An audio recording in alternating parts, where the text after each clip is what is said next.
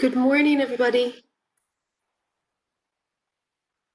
I hope everyone is doing well and enjoying our talks and our discussions this morning. So I can see group 21 added in today this morning. Good morning. I'm very excited about this session, so thank you all for joining us. I'm looking forward to all our presentations. I'll get started because we're quite tight on time. So I'll go through a few slides on the schedule for this morning, our presenting schools, and then I'll introduce you to our judges from our faculty. So let's get started.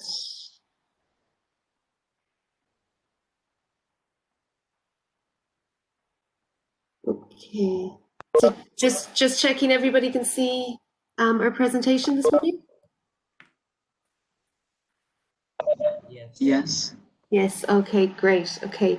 So I'd like to introduce myself. I'm Dr. Kira O'Driscoll. I'm part of the Faculty of Engineering, so I'm in the Mechanical Engineering Department.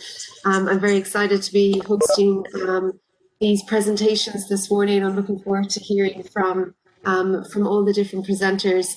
We'll have two judges from our faculty, which I'll introduce in a little bit.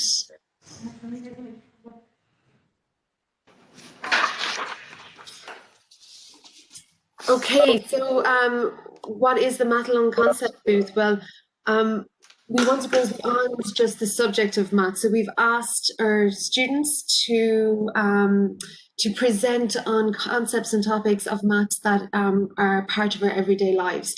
So looking to inform us a little bit more about where we use maths and how it's surrounding us in our everyday lives. So we're inviting teams to select any area of life and demonstrate how maths is intertwined with the selected area. So for instance, we all enjoy music. How often do we stop and think about the maths that are behind that, from the notes to the rhythm, from the scales to the intervals, the harmonies, the tone, the pitch? They're all so closely connected, and yes, you've guessed it right, all connected to maths. So how do students benefit from participating? Well, Mathalon has been and continues to be a constructive, challenging event for high school students, adding value to their college application and making for impressive credentials. Our concept bits today go beyond the high school grades, 11 and 12, and extends our Mathalon to include our younger years, our grades 9 and 10, and to provide them with this great opportunity to showcase their knowledge, to test their mettle and develop their 21st century learning skills such as time management, teamwork, and interpersonal skills. So this is so important, not just for your high school careers, but when you come into university and then beyond university as well. All these skills that you're going to learn and this presentation skills, they're so highly valued in the workplace. So I'm looking forward to hearing how you've collected all your research and how you're going to present it to us today. This is our schedule for today. So we have 9 schools presenting.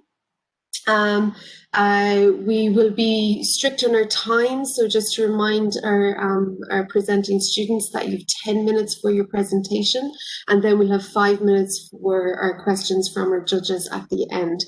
So we'll be quite strict on those 10 minutes. The schools that are starting, so our number 1 school will be Al Sadiq Islamic School, and they're going to present to us today on the world of geometry to explain the properties of geometry. Up until then will be... And they will find, okay, I will go there. The video is maximum 90 seconds. It will tell them what to do. And there must be a support team. Sorry, could we all mute? Just to make sure that your microphones are muted when someone else is speaking. Thank you. Thank you.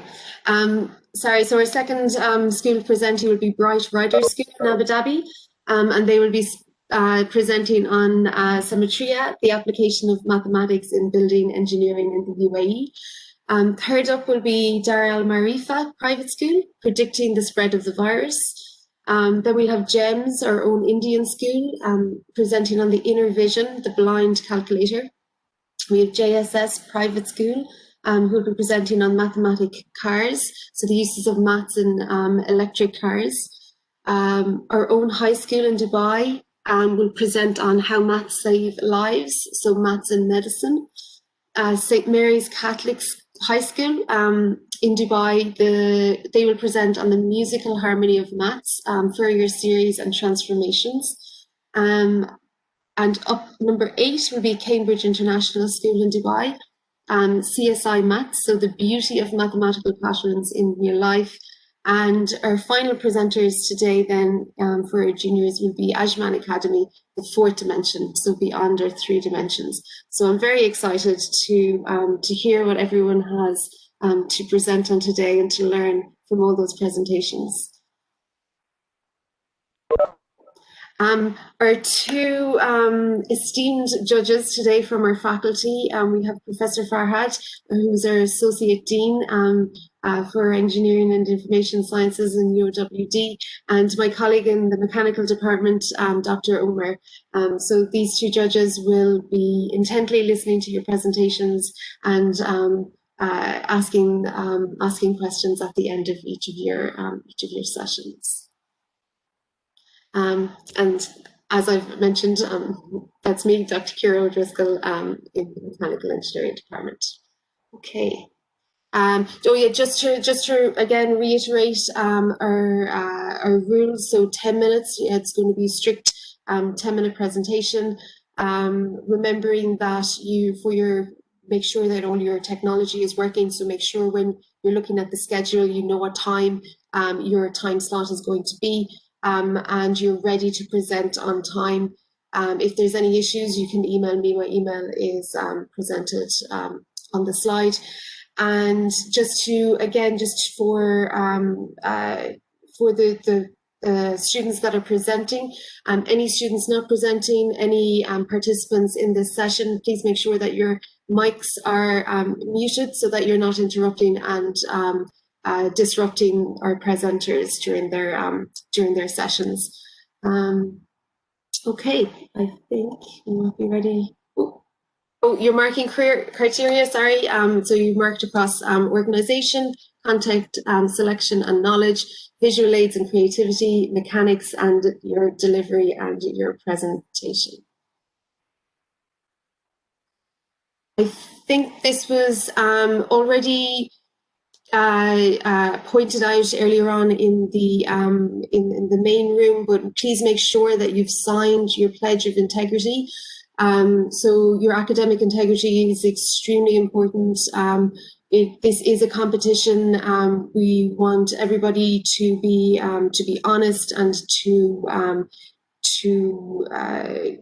make sure that you are you're not behaving in any deceitful manner, and that undermines the spirit of this competition. So it is online. You all have to take responsibility for your own academic integrity, and I hope that everybody has signed the pledge of integrity. And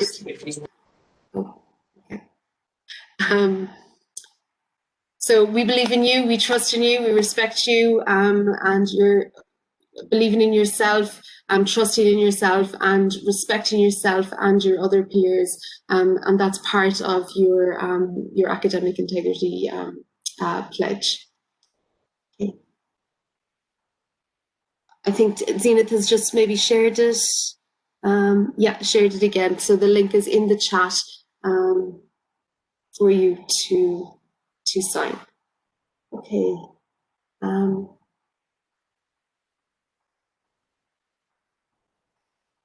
Okay, I'd like to maybe for the 2 judges just to briefly say hello and introduce yourselves before we get started with our first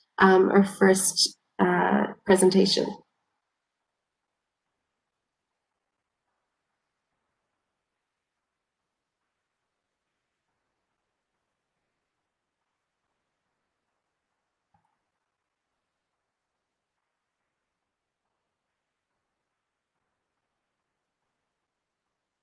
Professor Farhad or Dr. Omar, can you just maybe say hello to their students before we get started? Hey everyone, good morning. I'm personally very happy to be here and to be part of this great event. This is a very long event running in university and we are quite proud of it. And I'm looking forward to seeing your presentations. Thank you. Thank you, Professor Farhad. Dr. Omar?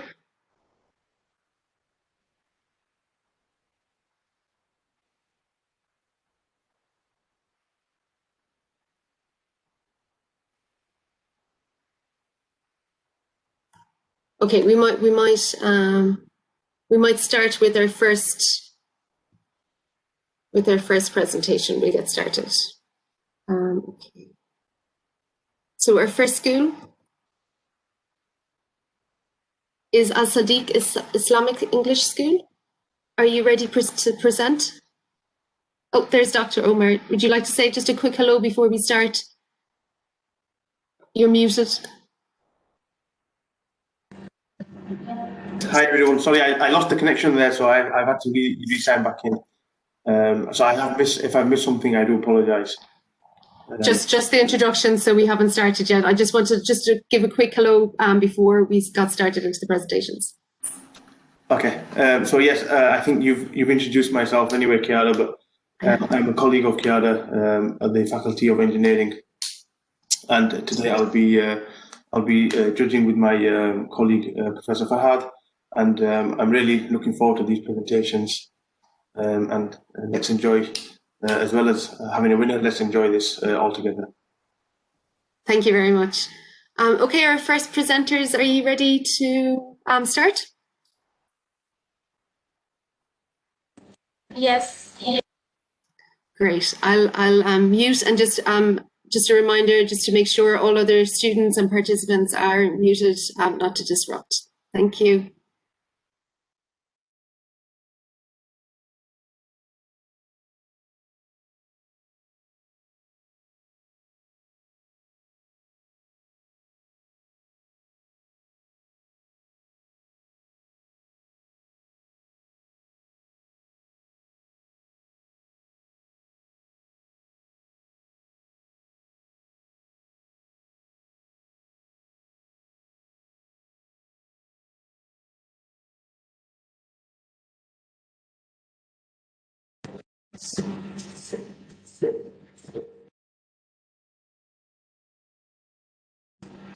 Can you hear me?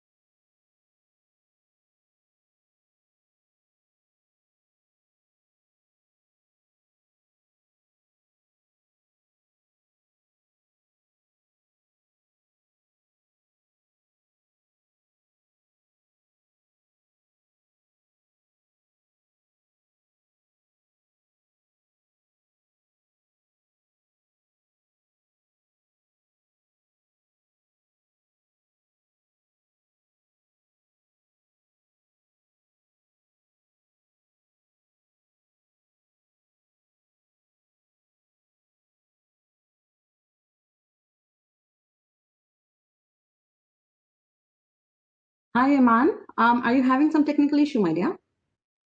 Yes. What's the issue? Could you tell us? Gaber's voice like it's. Do you have more than one device in the room? Is there anybody else? Yes. Yeah, that's why this is happening. So they are those your two team members? Yes. Okay. Is it possible for them to be in other rooms?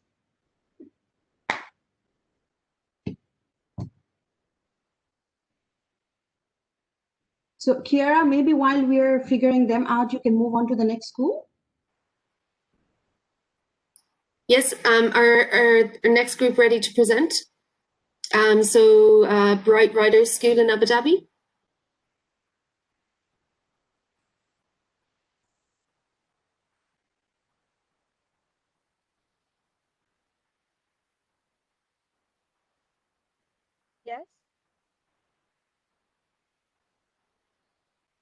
You're ready to are you ready to present now if we move you to number 1?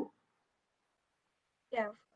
Oh, great, fantastic. Okay, so we will hear from Bright Riders School. Thank you.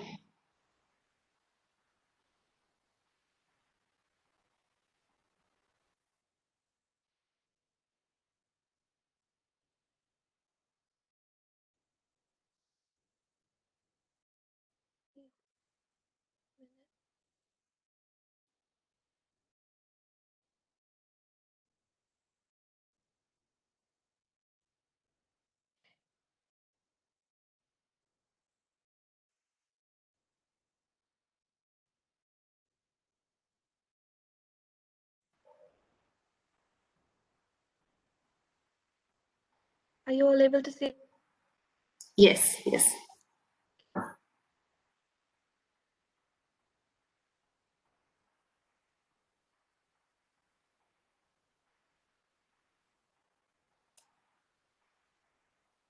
maybe start. Yes, please start. I'll start your time now. Thank you.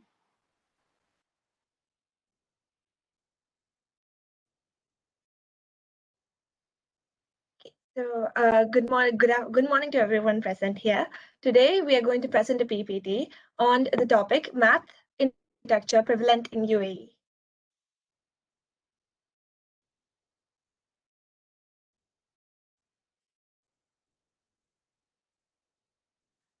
Ma'am, sorry, one of our team members is not able to speak.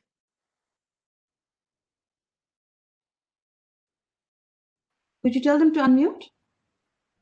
She is, but she's not speak. What's the name of the team member? Krishna Deepak. Am I audible or no? Yes. Yes. Okay. Continue. Can I continue? Yeah. Yeah. So for artists and architects, inspiration comes from a variety of sources. And as you can see, math is one of the best sources of inspiration without compromising on art. First up, here we have the Cayenne Tower, also known as the Infinity Tower. The Cayenne Tower is a 306-meter tall tower in Dubai. The base of this building is shaped like a chevron or an irregular hexagon, similar to a sideways V. It also looks like a parallelogram mirrored at the base.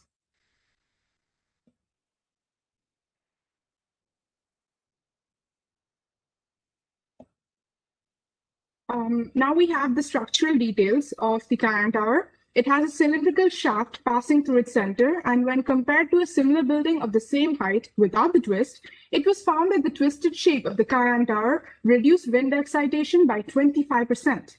It has a helical structure with 75 floors, and each floor is twisted at an angle of 1.2 degrees, such that a complete 90-degree twist is created from top to bottom. This is truly an incredible demonstration of the innovative minds of the architects. There are mainly 3 mathematical concepts used in the designing of this building. The first concept is a helix, which you may know from a DNA strand. A helix is a type of smooth spaced curve with tangent lines at a constant angle to a fixed axis. It is shaped like a corkscrew or a spiral staircase. Now we have the area of the chevron. The area of the chevron can be calculated as twice the area of a parallelogram, or 2BH, where B stands for base of the parallelogram and H stands for height of the parallelogram. Finally, we have basic rotation or rotation about an axis. A basic rotation, also called elemental rotation, is a rotation about one of the axes of a coordinate system. In Cayenne Tower, each floor is rotated clockwise about the z-axis, with the center of the chevron acting as a point on the axis. All these concepts are slightly advanced. However, I was able to discover these interesting topics through this project, and I hope to understand more about these topics in the future. Now we move on to the Museum of the Future, located on Sheikh Zayed Road in Dubai. The 78-meter high Museum of the Future is a showcase of innovation and technology set to open in 2021. The framework of this museum comprises of 2,400 diagonally intersecting steel beams, and also the museum is in the shape of a deformed ring torus. The mathematical concept used in this building is a torus, and it is also an advanced topic that was introduced to me by the research done on this project. A torus is a surface of revolution created by revolving a circle in 3-dimensional space about an axis that is coplanar with the circle. There are three types of tori. There are ring torus, horn torus, and spindle torus. These are divided on the basis of the distance from the axis of revolution. Torus of revolution is if the axis of revolution does not touch the circle, then the surface has a ring shape and is called the torus of revolution. This is another example of how mathematics can be creatively applied in architecture. The biframe. The biframe is an iconic cultural landmark. It's an alluring tourist attraction serving as a metaphorical bridge between UAE's ancient heritage and its magnificent present. The biframe's rectangular design was inspired by the golden ratio of 1:1.618, which many architects and artists believe form an ideal structural balance. It's 150.24 meter tall and 95.53 meter wide. The golden ratio in the biframe. In mathematics, two quantities are in golden ratio if their ratio is the same as the sum to the larger of the two quantities. Expressed algebraically for quantities a and b, with a greater than b greater than 0, a plus b by a is equal to a by b is equal to phi, which is approximately equal to 1.618. The total height of the biframe equals to 150 meters. Ratio and proportion method, I found the approximate values of a and b, which are 92.86 meter and 57.38 meter respectively. So a plus b by a is approximately equal to 150.24 by 92.86 and 92.86 by 57.38, and a by b, which is all approximately equal to 1.618.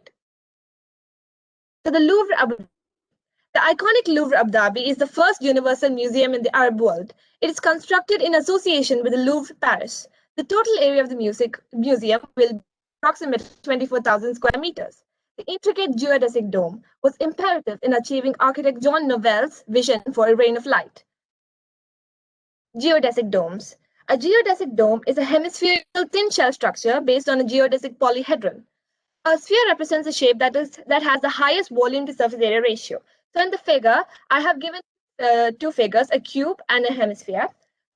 So both the cube and the hemisphere have the same surface area, but the floor area of the hemisphere is twice that of the cube.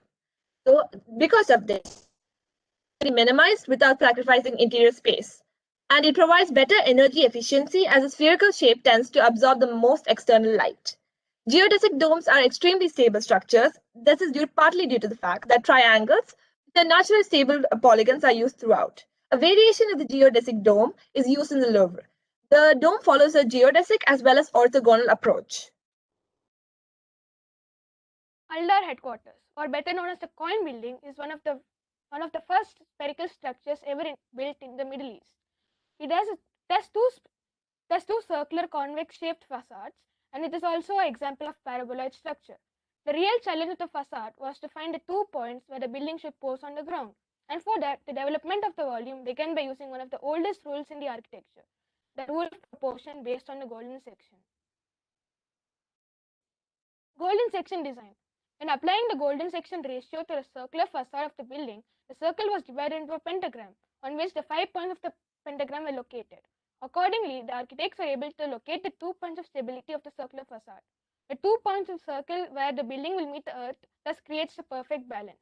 Here in a diagram, AB and BG are in golden ratio and C and D are the points of stability. Burj Khalifa. Burj Khalifa, the most iconic structure in UAE and also known as the tallest building in the world, is based on a structural system which can be described as a buttressed core. Each wing with its own high-performance concrete corridor walls and perimeter columns buttresses the other via hexagonal hub. This results in a tower that is extremely stiff laterally and torsionally. The architectural design was inspired by the spiral imagery in Middle Eastern architecture, together with the structure of an indigenous desert flower with the central elements and surrounding petals. This resulted in the tower's spiral reduction with height.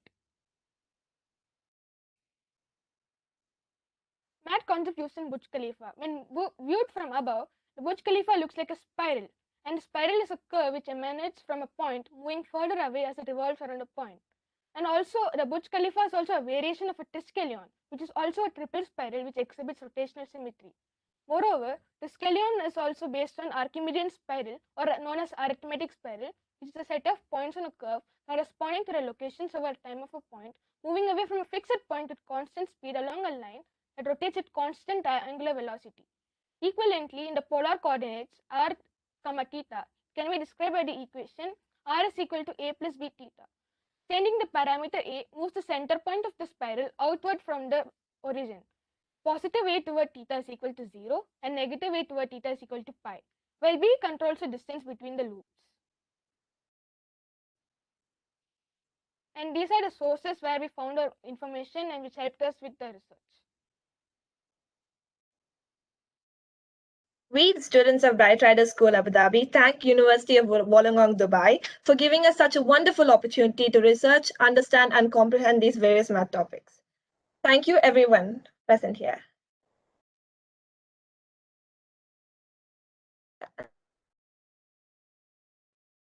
Thank you so much. Thank you very much, Bright Riders School, for your presentation. Very informative. I know that first building, when I moved to Dubai first, I was so interested in how they constructed it. So it was lovely to see it. I'll move over to our judges for some questions.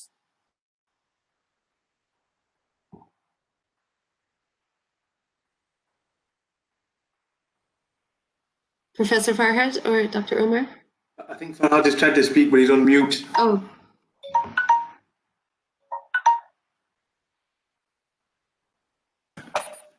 Can you re-explain the concept in the Dubai Museum of Future? Yes, sir. So the Museum of the Future is a deformed torus, which is a three-dimensional shape, and it is a deformed ring torus, to be more specific.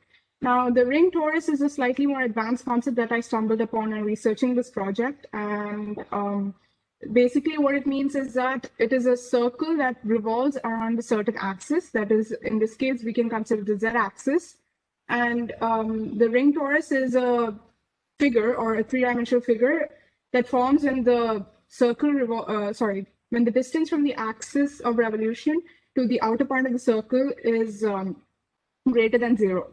So it forms a ring structure, and a deformed form of this is used, and it has been inspired by, the Museum of the Future has been inspired by this geometric shape. Thank you. Thank you.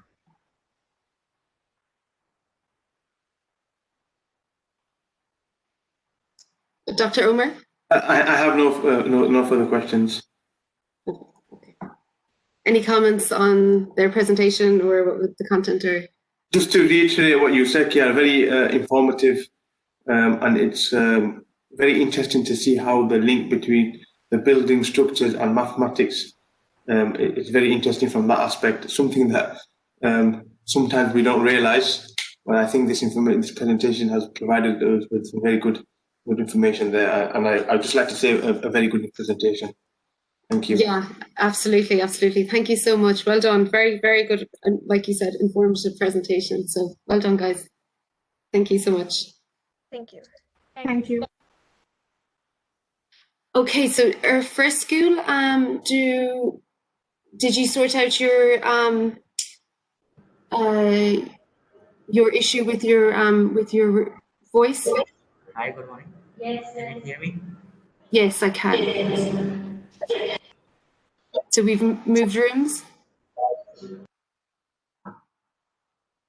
Okay, great.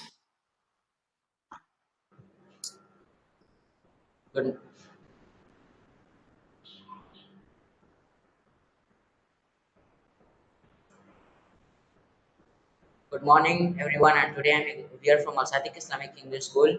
I am Yavar Hussain, and I am having a partner called Iman Hussain.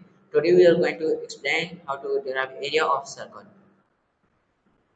Our aim is how to derive the formula of area of circle using the formula of area of rectangle. The materials I have used for this project is circular cardboard, colored papers, a pair of scissors, and a tube of glue. As for procedure, this is my model. If you can see, this is my model, and first the step is we have to draw a circle with a random radius. Then we divide this into 16 equal parts. Cut these 16 pieces and place them on the order on the other sheet of the white paper, as it is done here of white paper as shown in the figure.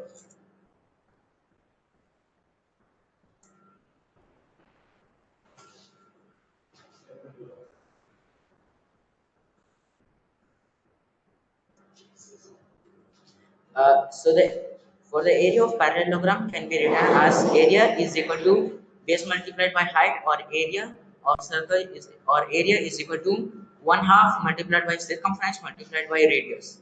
Since circumference is equal to 2 pi r, area of circle is equal to 1/2 multiplied by 2 pi r multiplied by radius is equal to pi r square.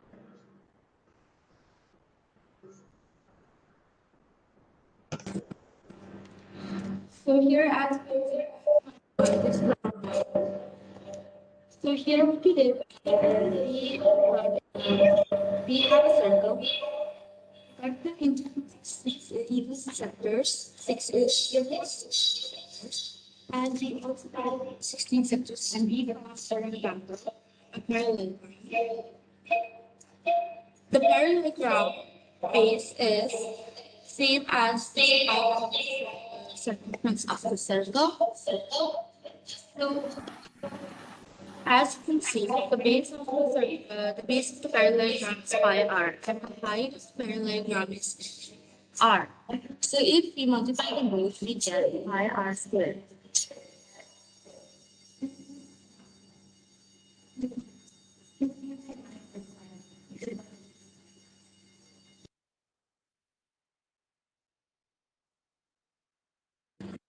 So we can do the same thing with the triangle. The base of the triangle is 2 pi r, and the height of the triangle is r. So if we multiply the both, we get pi r squared.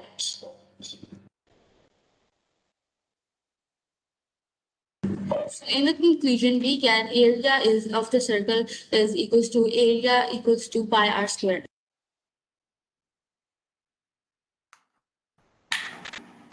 A real-life application is our headquarters building in Abu Dhabi.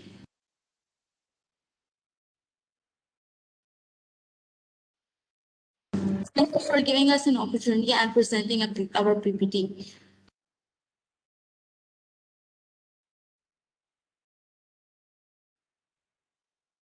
Thank you very much for that presentation. And you're presenting your the physical models that you had as well was a nice addition to your online presentation. So thank you for sharing those models as well. I'll hand it over now to our judges, Professor Farhad or Dr. Omar. I don't have questions at this time. Thank you. Okay.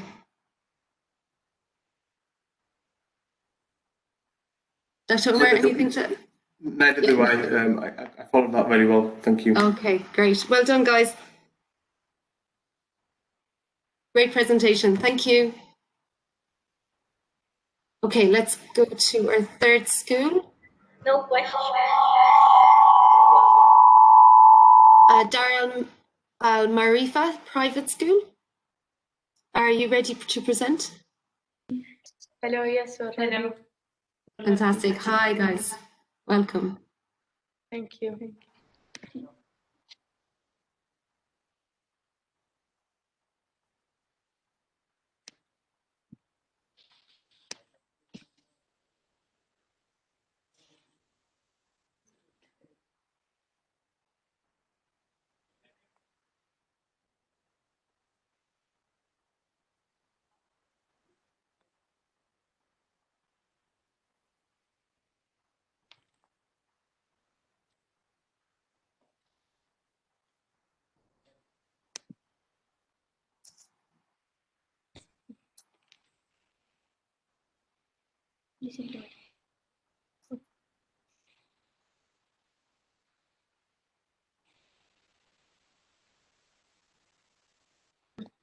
Hello, everyone.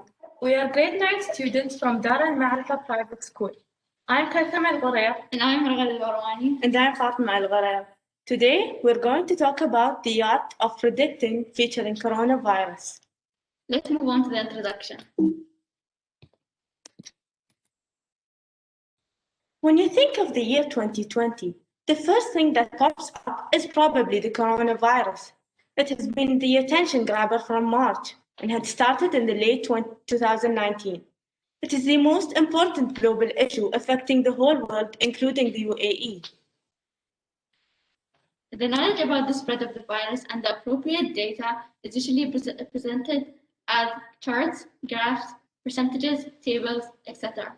We listen to the warnings from health experts on the importance of limiting the spread, but how do they predict the future? Specialists in the field, such as Professor Kane, used complicated mathematical tools to predict the future number of cases using different methods and concepts. And we will investigate some mathematics behind these predictions. Some of these tools will be percentages and geometric sequences that even students our age can use to analyze the movements.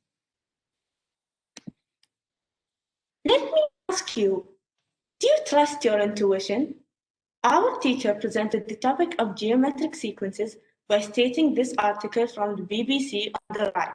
Let's read it. Imagine you are offered a deal with your bank where your money doubles every 3 days. If you invest just $1 today, roughly, how long will it take for you to become a millionaire? Will it be a year, 6 months, 100 days? This question is for the junior competitors. What do you think? How long will it take? Take a quick guess. The answers in our class ranged from 1 year to 2 years. You may be surprised that the answer is only 60 days.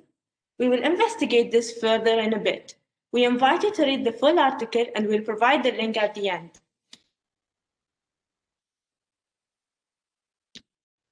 Let's move on to the different mathematical concepts. Compound interest. I'm sure you're familiar with this concept, and you can probably apply it to the previous problem. Due to time limits, we won't be digging deeper into it, although we will investigate the relationship with geometric sequences later. The next concept is geometric sequences. A sequence is a list of items that are usually in order. They can be finite or infinite. When we think of a sequence, we think of a multiplier as 2. So the cases will keep multiplying by 2 based on the amount of people that have the virus. So if the cases began at 1 person, that will affect 2 other people, and those will affect 2 others each. The formula of the sequence is UN equals U1 R to the power of n minus 1. Or basically the nth term is the first term multiplied by the common ratio R to the power of n minus 1. Let's take 2 as a multiplier. A 100% increase can also be written as a multiplier, such as 100 plus 100, 100% plus 100% equals 200%, which is equals to 2.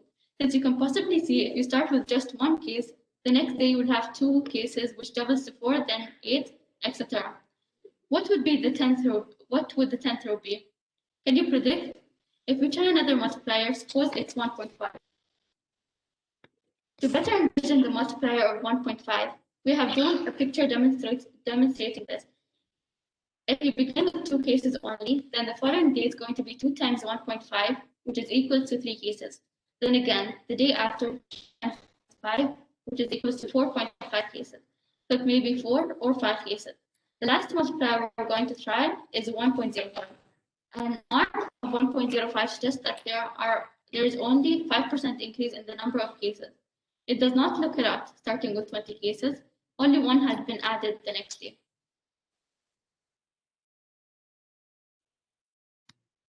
Finally, the third concept, functions. Going back to the coronavirus, we have gathered data from the world meter to discover the amount of global cases.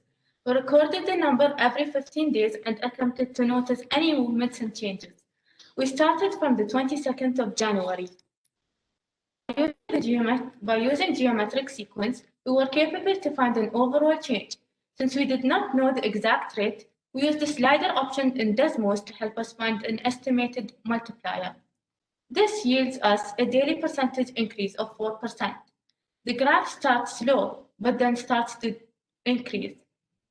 To calculate the following point on the graph, we can apply the geometric sequence formula using our selected multiplier.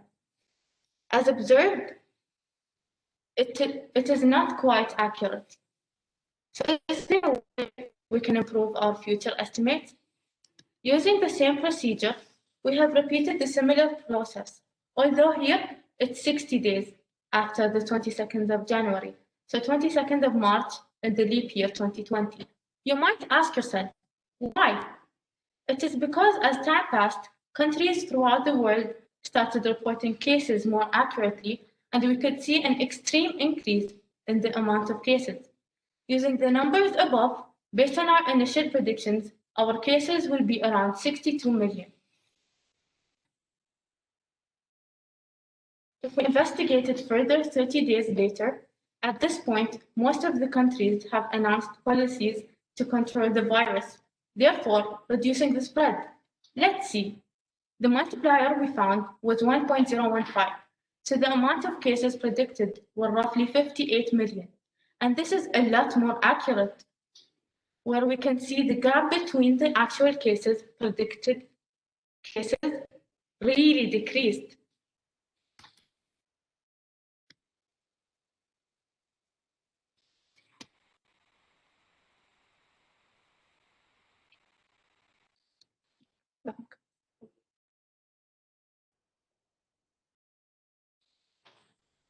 The relationships between the three mathematical concepts.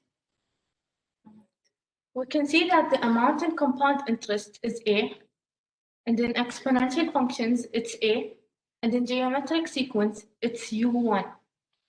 And the multiplier in compound interest is 1 plus r over 100, and in exponential functions it's E, and in geometric sequences it's r. And we can see that time is to the power of n, and for exponential functions is to the power of ht, and for geometric sequences is to the power of n minus 1. To conclude, we saw that all three concepts are related. They can be applied to many other objects to predict the future values. We have arranged a few questions from other aspects of life for you to try. We shall share the link of our presentation in the chat. Thank you so much for listening. We hope you enjoyed our presentation.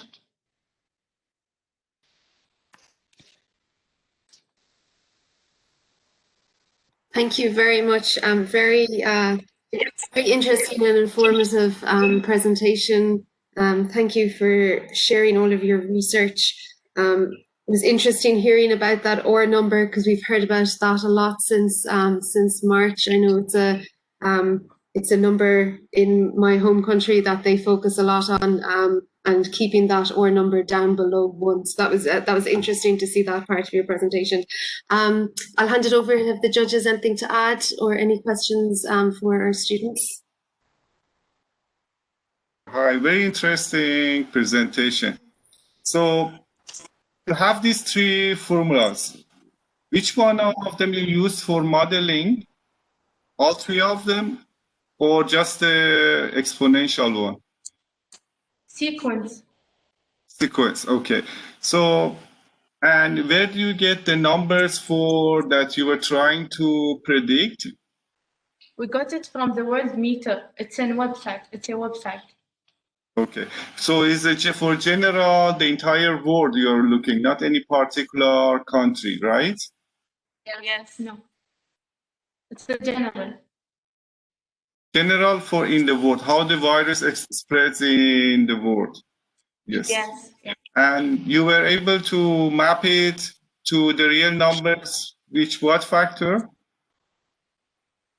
Sorry? What was the parameter that eventually you were able to map it to the correct numbers?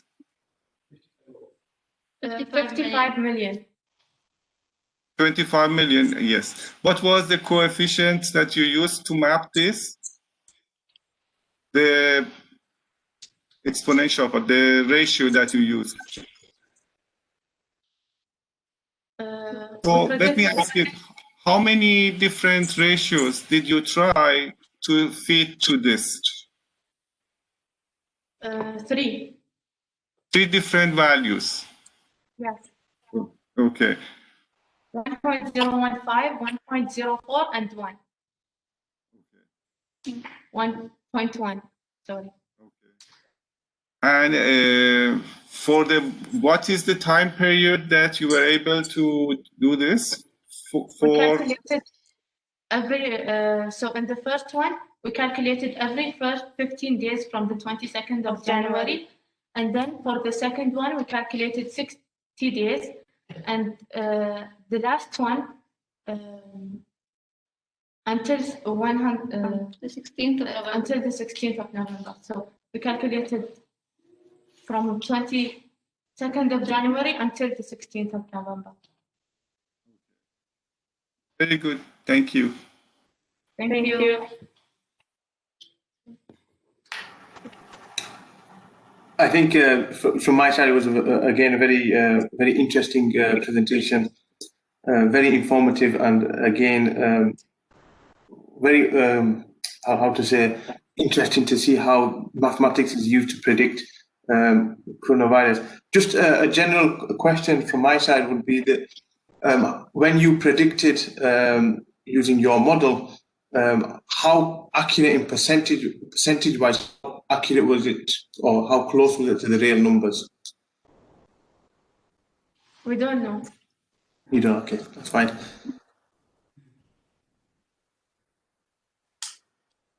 Was that information available of the accuracy in terms of how many cases are globally, how many cases there are? We did not check.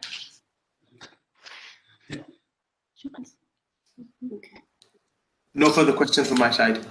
Thank you, Dr. Umar. Thank you very much, presenters. Great job. Okay, let's go to our next school. GEMS, our own Indian school. Are our presenters ready to get started? Hi, welcome.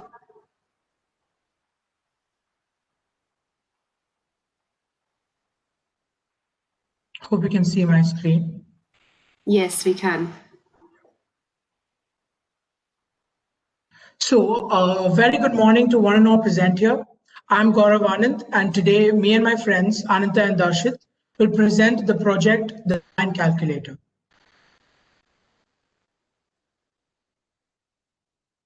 This is the data that we had collected. From this data, we can understand that the world has a population of almost 7.3 billion. In this, 36 million people are blind and almost 217 million people are just visually impaired. And altogether, it accounts to almost 253 million people are totally visually impaired. So here, 55% of visually impaired people are women. 89% of the visually impaired people live in low and middle income countries. 1.1 billion people are present with near vision impairment simply because they do not have a pair of spectacles. And also, 4.58% people were blind in the year 1990, and it has reduced to almost 3% in the year 2015. So, more than 75% of visual impairment is avoidable if they take corrective measures.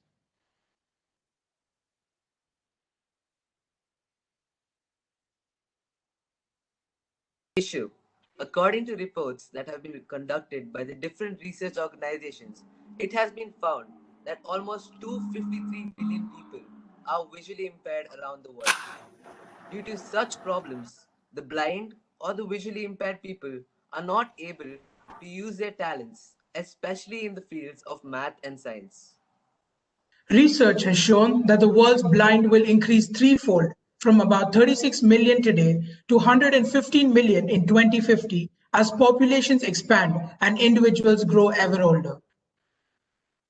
Specific number of people with a moderate to severe vision impairment, only those not corrected by glasses, contact lenses, or an operation.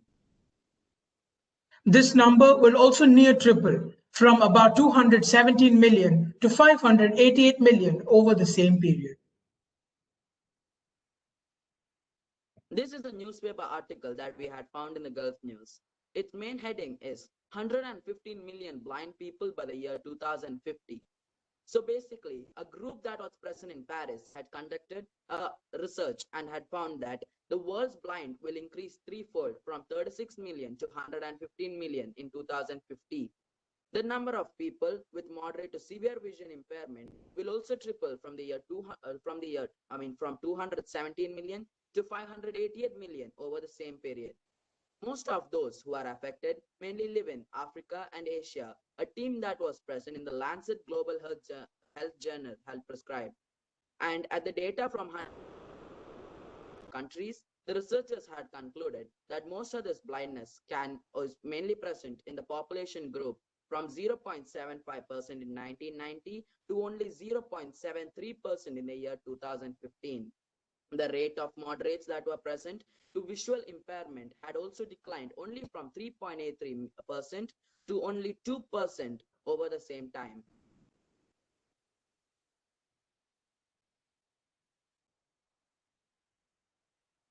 A simple solution for easy calculation. It helps the visually impaired people in solving mathematical numericals in a very easier way. This will help the blind children who have not yet learned the Braille code. So, about the project. The blind calculator helps those adults and children who are visually impaired in easily calculating mathematical equations and problems.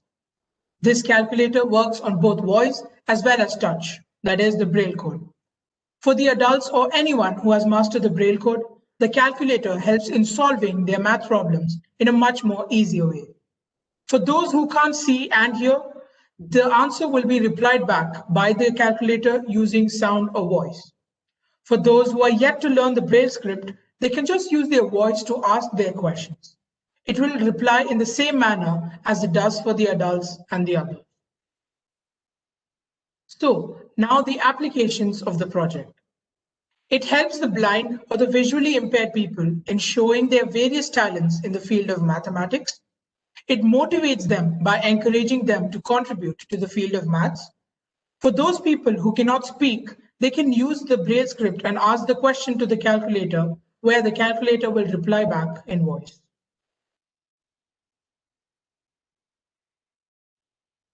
Where will this be implemented? Our calculator will be implemented in schools and institutions for the blind or visually impaired.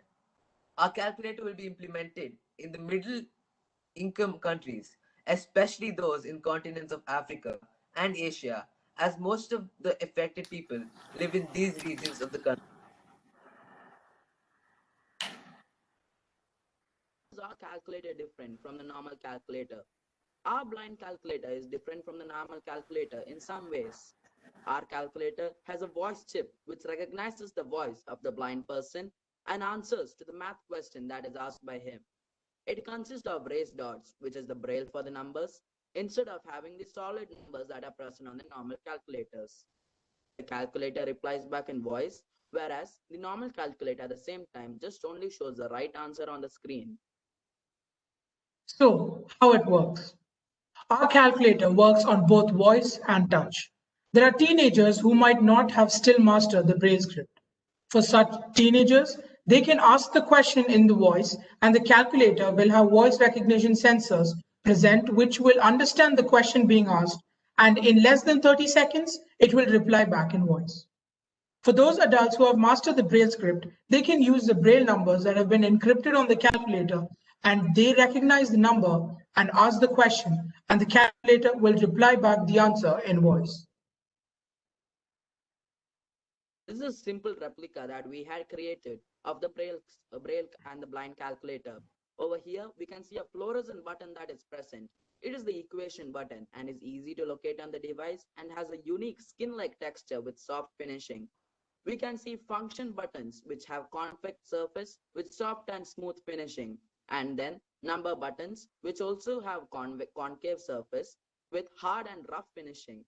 We can see on the left that all the activity will be displayed on the left side as Braille numbers, and also on the sides of the calculator it consists of voice chip which will answer back the question that has been asked by the blind person.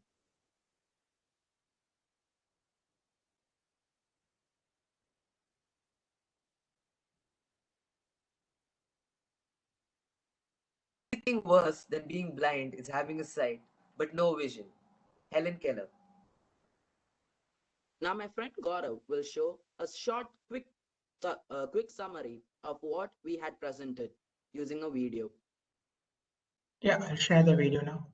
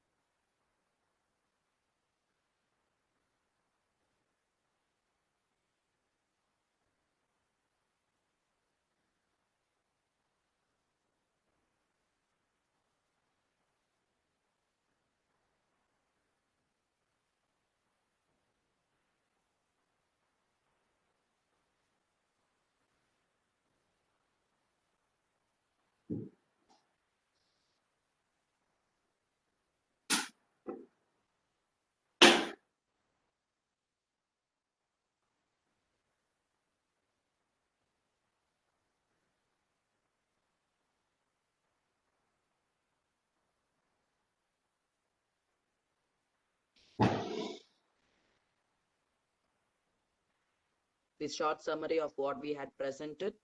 Thank you for giving us the opportunity. Thank you very much. That was a very, very informative presentation and research. A very interesting concept, the blind calculator. Is there anything similar to this being used at the moment? Is there a device that you saw and improved upon, or is this a new concept? Basically a device that we had seen, and we had caused some improvements in it, which makes it much more easier for them to use, and it's also cost efficient. And then the device which we had seen, they were mainly implemented not in the low middle income countries, they were mainly implemented in the rich countries, especially in those areas of US and Germany and all those areas. So if we are initiating this project, then we will basically start with the low middle income countries, because each person has different talent and we have to utilize those talents. So if he has a talent in mathematics, then by using this calculator, we should let him showcase that talent to others. So we will start with implementing in the low middle income countries. Fantastic. I really, really enjoyed that presentation. I will hand over to our judges. A very interesting concept. How many different devices for blind have you looked at? I basically looked at 3 devices, and then the most appropriate one which we had found for calculation was this one, because this had very simple methods to calculate, and also like we have also planned to add a voice modulation chip so that it recognizes the voice of that person, and in return it will reply back to the question that is being asked. And also like it is much more an easier and convenient way, because these blind persons are much more adapted to the braille script, whereas only the children will have a problem, because if they have recently become blind, it is not very easy for them to understand the Braille script. It takes time for us to adapt to a new concept. So basically, it's like that. So my question is, why a calculator and not a more general device, for example, for like a tablet that they can do math and they can do typing and they can do a lot of other things at the same time? Sir, Why we also just we have a tablet, but then tablet we can't install raised dots that are present, so it won't be a convenient way for them to use. A tablet has a really smooth surface. It's not compulsory they have to inscript the Braille script on this, so it won't be a much more convenient way. Like, we know that recent devices, they have Siri, Google Assistant, and so on, but then if a person, he is more adapted, what if he is not able to hear or like that, then he is much more adapted to the Braille script. He can easily look at that. And also a calculator, because like a person cannot always see the screen, and also if he asks Siri or Google Assistant, it mainly takes us directly to the web page, so that person cannot see the results that he requires. So that's why we had decided to implement a calculator instead of a tab or an iPad. Okay, great, thank you very much.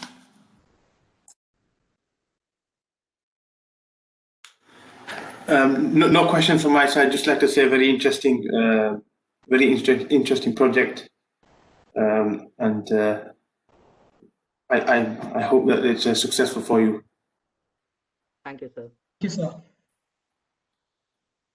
Thank you very much for that presentation. Very well done.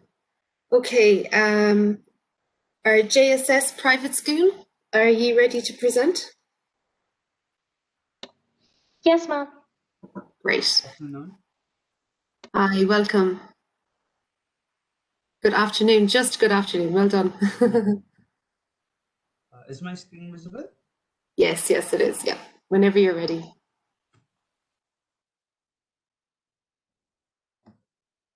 Mathematics is not about numbers, equations, computation, or algorithm. It's about understanding. Yes, truly said by William Paul Thurston. Good afternoon, respected judges, teachers, and all my fellow mates. We, the students from JSS Private School, Dubai, would like to relate mathematics with electric cars. Firstly, what are electric cars? An electric car is simply a car which is propelled by one or more electric motors using electrical energy stored in rechargeable batteries. Now, as few of you all might know, there are different types of electric cars. Firstly, the plug-in hybrids. They offer both gasoline diesel engine or an electric motor. The motor is powered by a battery that can be recharged by plugging in. Other electric vehicles forego liquid fuels entirely, operating exclusive on electricity. These are known as battery electric vehicles. Still, others power an electric motor by converting hydrogen gas to electricity. These are known as hydrogen fuel cell vehicles. Today's aim would be to showcase the usage of mathematical terms in electric car. Firstly, why an electric car? An electric car is a work in modern day. Its trend has increased over the past few years. Firstly, let's look about electric cars and sustainable development. Since electric cars are typically sustainable as they're driven by electric power which produces no emission to pollute air, they are ideal for substitutes to existing gasoline-powered vehicles, which not only pollute the air but also harm the environment. Firstly, let's look at SDG 7, the affordable and clean energy. The electric cars are related to the SDG 7 as it reduces the use of affordable and clean energy by substituting the harmful fuels by electric energy. Now, looking at SDG 13, which is the climate action, the unsustainable consumption patterns in high-income countries are largely responsible for climate. By using electric vehicles, the amount of pollution is decreased, and so is the carbon emission. Looking at the pros and cons of electric cars, there are many pros and such as they are better for the environment, The electricity is renewable, unlike gasoline. They require less expense for maintenance. They are quieter than gas vehicles, and they are tax credit available. Whereas cons are they have a shorter range. Recharging battery takes time. Their initial cost is more than the gas-powered cars. It can be difficult to find charging stations, and there aren't as many model options. Now, how do we prevent these cons? The range you get with electric vehicles is something that's constantly improving. Big brands such as Mercedes, Tesla, Audi are taking steps towards increasing the distance traveled in fuel or charge consumed. There are some kits that can cut down the charging time. The electric cars become more popular, hence the charging stations are widespread and even available in few non-developed countries. Market today has way more electric cars than it has ever before, with no signs of slowing down.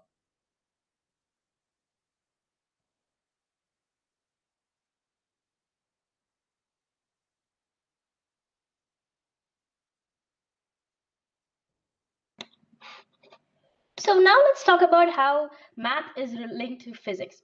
Physics is a branch of science that uses plenty of mathematics. There is the application of the basic operations like addition, subtraction, multiplication, and division. But other than this, various mathematical equations are required for actually designing the electric vehicle. Now let's talk about the tire pressure. Car tires are in several ways dangerous when they are worn out. It is important to keep a regular track of the pressure in the tire while driving due to its essential economic and safety demands. So what is car tire pressure? It is the measure of how much air is in your tire. So this ensures that the tire does not wear out easily and can maintain a good grip on the road while driving. So this measure is expressed by PSI or pounds per square inch.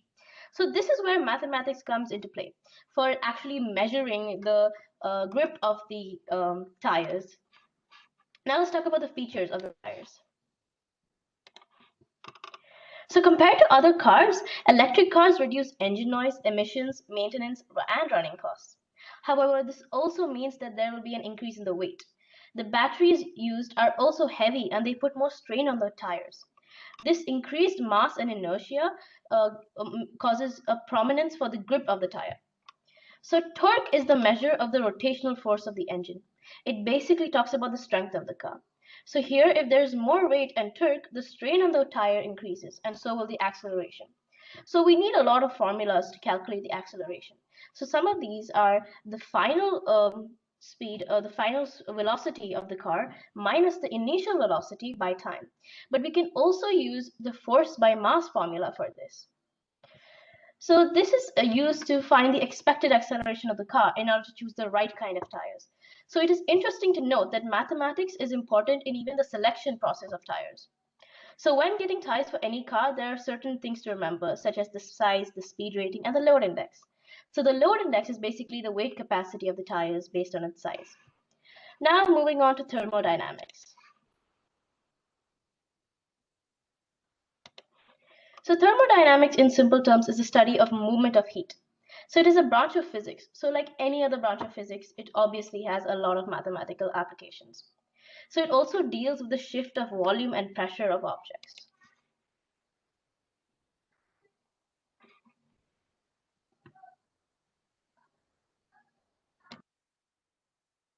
So now speaking in terms of GPS, which is one of the most commonly worldwide used phenomenon, which how will we be relating this to maths is by using coordinate geometry. So first of all, briefing all of you about what is GPS. GPS, known as Global Positioning System, which is originally called Navstar GPS, that is Navigation System Timing and Ranging, is a satellite-based radio system which is originally operated and controlled by the US Space Force, and it is commonly used in Google Maps. So talking about X, Y, Z coordinates, that is usually used for finding the distance amongst 2 points on a Google Earth, basically, or Google Maps, is the usage of the distance formula. Here I've taken X1 and Y1 as one of the coordinates of any one point and X2 and Y2 of another coordinate of any other point. I take it as X and Y and not as X, Y, Z, because this time I took a hypothetical situation where I took it as a 2D map. So the distance that we applied, the distance formula that we applied, is a concept generally used in our school. The distance formula is root x2 minus x1 whole square plus y2 minus y1 whole square. Applying this will give us the distance between any two common points, and this is a common feature in every electrical car.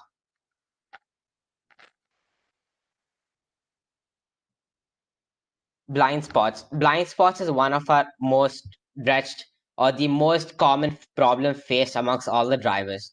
The blind spot is the area at which the rear view mirror we can't see the car or any lane of the road by that angle or that area of the rear view mirror. So the region of blind spot, the area of the blind spot is known as the blind spot zone, also known as BSZ. In the picture, you can find that in most of the common cars, the blind spot zone or the blind spot area is usually forms a right angle triangle. So using the Pythagoras theorem and trigonometry, we can find the BSZ angle. The BSZ angle is basically the angle at which you can't see or the area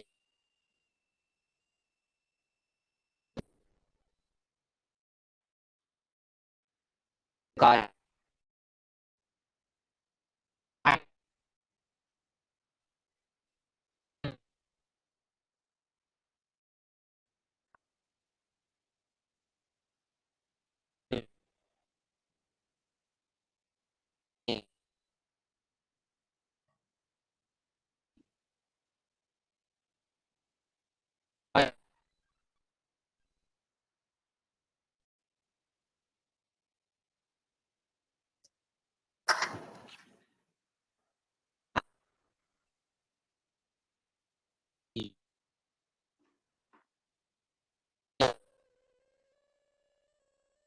Is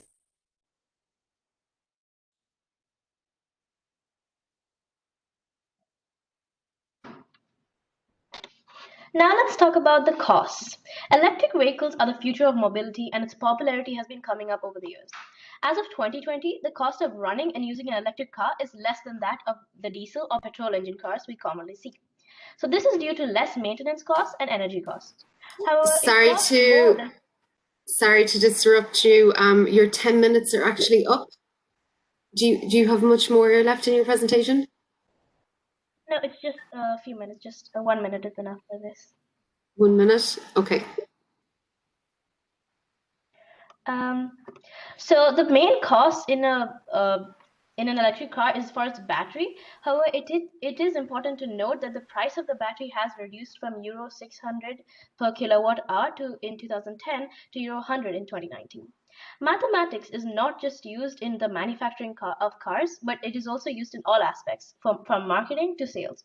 So in JSSPS, financial literacy is an integral part of our curriculum taught to the students.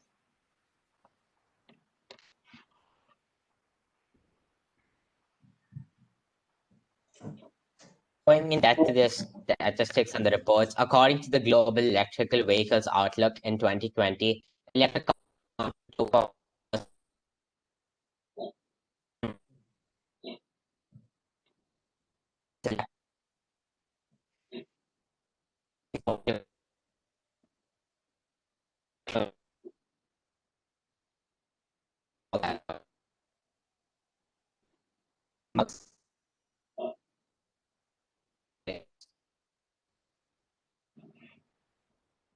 Okay, guys, thank you so much. I'll have to stop you there so that we can get in some questions from our judges.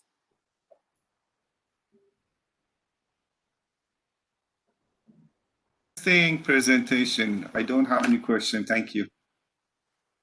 Thank you, sir. Yes, likewise, a very interesting presentation. Just a very quick question regarding the tire equation. Can you just explain that equation again for me, please? Yeah, of course.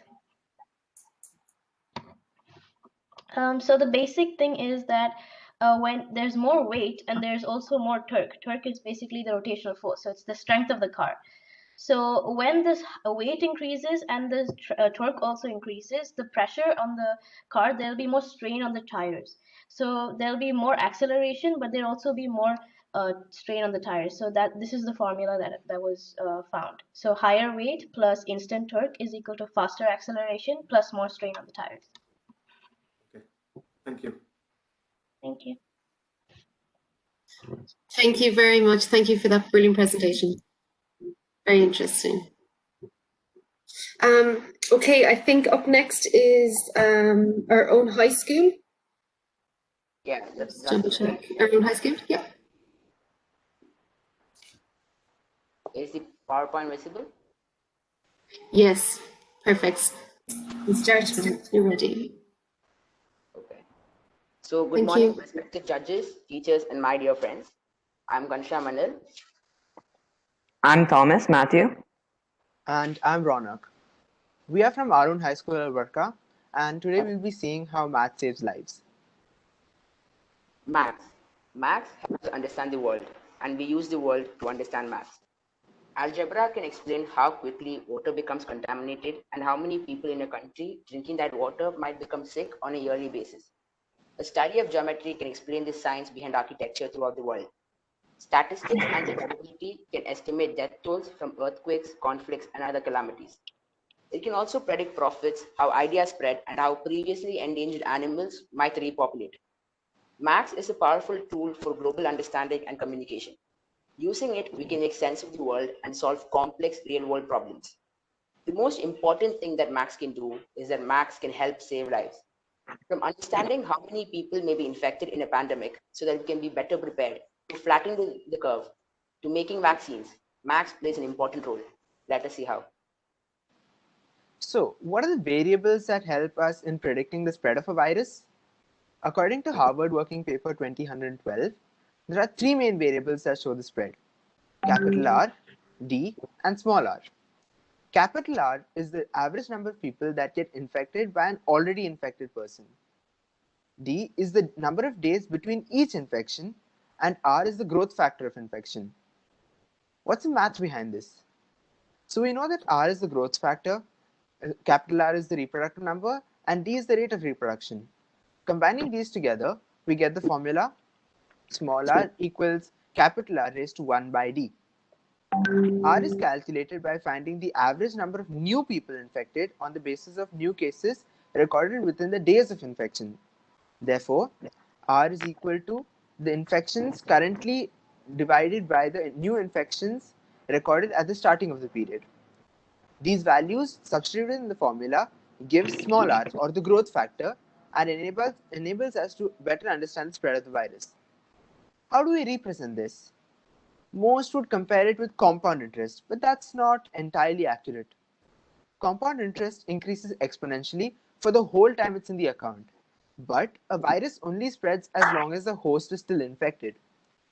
It's more like a compound interest based solely on new money that is added rather than the original principle. Keeping in mind this mathematical equation, here's how current preventive measures fare against spread.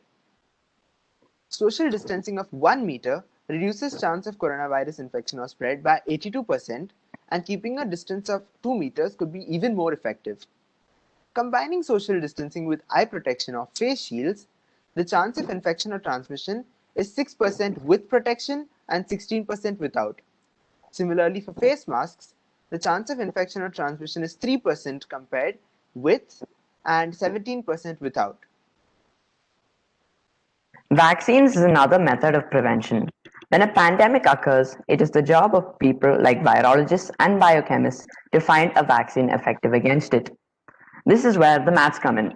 The study is still a work in progress, but in theory it should work. Virologists create a mathematical model, i.e., they represent the antibodies of our immune system to values in the form of linear or nonlinear equations. Then they add values of pathogens to the model. If the value of the antibodies drops, or if the value of the pathogens increases in correlation with each other, then we can infer the rate at which the pathogen spreads, the corresponding antibodies that deal a significant blow to the pathogens, and the severity of the pathogens. Now here's the graphical representation of the mathematical model. On the left, you can see the bacterial growth and decline. In the middle, you can see the antibodies, and on the right, you see B cells. B cells are just white blood cells that create the antibodies. As we all know, prevention is better than cure. So we've brought in an innovation that can help in making the prevention process more efficient and effective. called the line band. The line band is a simple device that can be used to help people during epidemics or pandemics like today. So what does it actually do?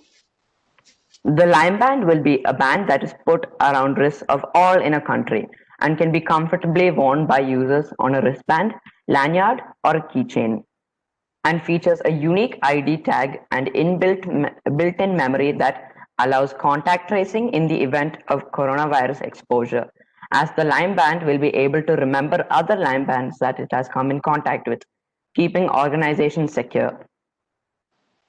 The main problem with all this social distancing and constantly sanitizing is that these are all new things and have not become habitual to us, so we tend to forget.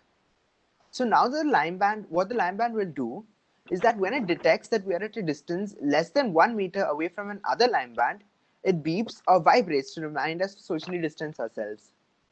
There will be a grace period that is dependent on the distance between two different line bands. In case there's a very small difference in the distance, there's a grace period for about 20 seconds. When the distance is less than 20 centimeters, it instantly notifies you. However, these values are tentative. The line bands use UWB or ultra-wideband technology for this communication. It's almost similar to the technology introduced in the Apple's iPhone 11 to achieve precise ranging between devices.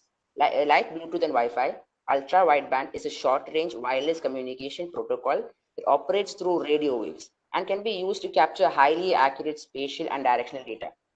Think of UWB as a continuously scanning radar that can precisely lock onto an object, discover its location, and communicate with it. Now, a question that would arise is, what about people in a family? The line bands that will be given to a family will belong to a common network so that it does not take into consideration the bands belonging to others of the same family. Places of high crowd or those that have high chance of contact will have certain scanners to let the line band know when it has passed through into a contact zone. The line band will hence remind its wearer to sanitize themselves or wash their hands when the person leaves or enters. These scanners will be placed at entrances and exits of food courts, malls, metro stations, and other high contact zones. This basically works on a principle similar to that of the scanners at the entrances of malls or shops that raise an alarm if a thing that is not paid for passes through.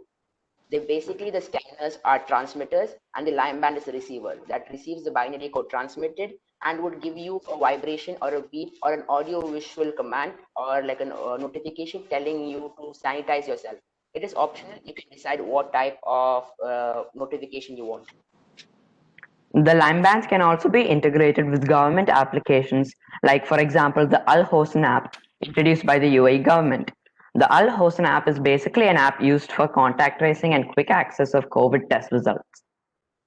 With the ongoing crisis, market collapse, high rates of job losses, and the new normal and everything else, there is a very, very high increase in stress levels, causing mental as well as physical ailments. A medium to stop and to help people to express their concerns is necessary so these can be resolved. Thus, the line band produces and gives an application that will help in conducting a well-being/happiness survey periodically so as to better understand the problems faced by the community so that we can take measures that can resolve such problems. The results of the survey will be segregated on the basis of age, so as to organize the information as to get a clearer picture. These results will be passed on to the responsible government agencies to tackle these issues. Best we can all do now is to do our part, stay safe and stay home when possible, and support each other. Thank you.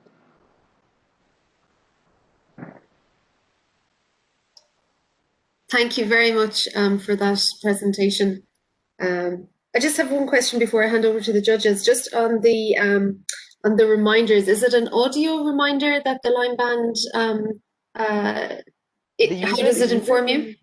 The user can select what kind of reminder he or her will receive. It could be an audio, it could be a vibrate on the band, or it could be a beep that is out loud. Okay, that's my question. Judges? Very interesting presentation. So you are proposing this device to be given to everyone so they can maintain the distancing between themselves and make contact tracing easier, right? And you okay. So and you presented some formulas, mathematical formulas in beginning of your presentation. Can you say which one of parameters on those formulas would be affected by this device that you are proposing? The formula that would be changed is the factor of r. What we are all looking to do is to decrease the value of r and make it less than 1, thereby flattening the curve. And social distancing as well as sanitation has proven to be very, very effective in this case, and can maybe prove a huge part in stopping the spread of coronavirus as a whole. Capital R or small r? Capital R. Thank you. A very good presentation yet again. Very interesting. I have no questions. Thank you. Thank you, sir. Thank you very much for your.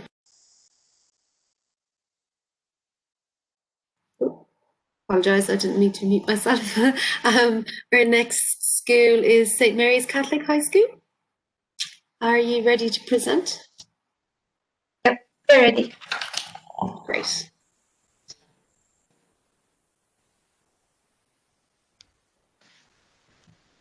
Okay, guys, whenever you're ready, you can get started.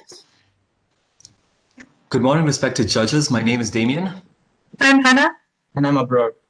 And we will be presenting to you how math, sound, and music correlate with each other. Let's start with the basics. What is sound? Sound is a vibration that travels through a medium and can be heard when it reaches the ear. Here, the membrane of the drum vibrates. It moves back and forth.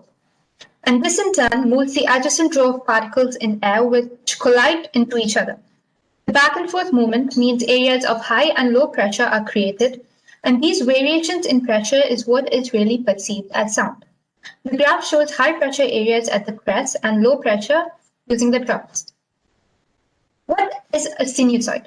A sinusoid is a sine wave where y as a function of t time is represented in the formula a sine 2 pi ft plus phi. This here in the diagram is the simplest sine wave which completes one cycle in 1 second and has an amplitude of 1. And this wave is formed by what we call a pure tone with its well-defined single frequency. Now, a demonstration of what a complicated sound or composite signal might produce.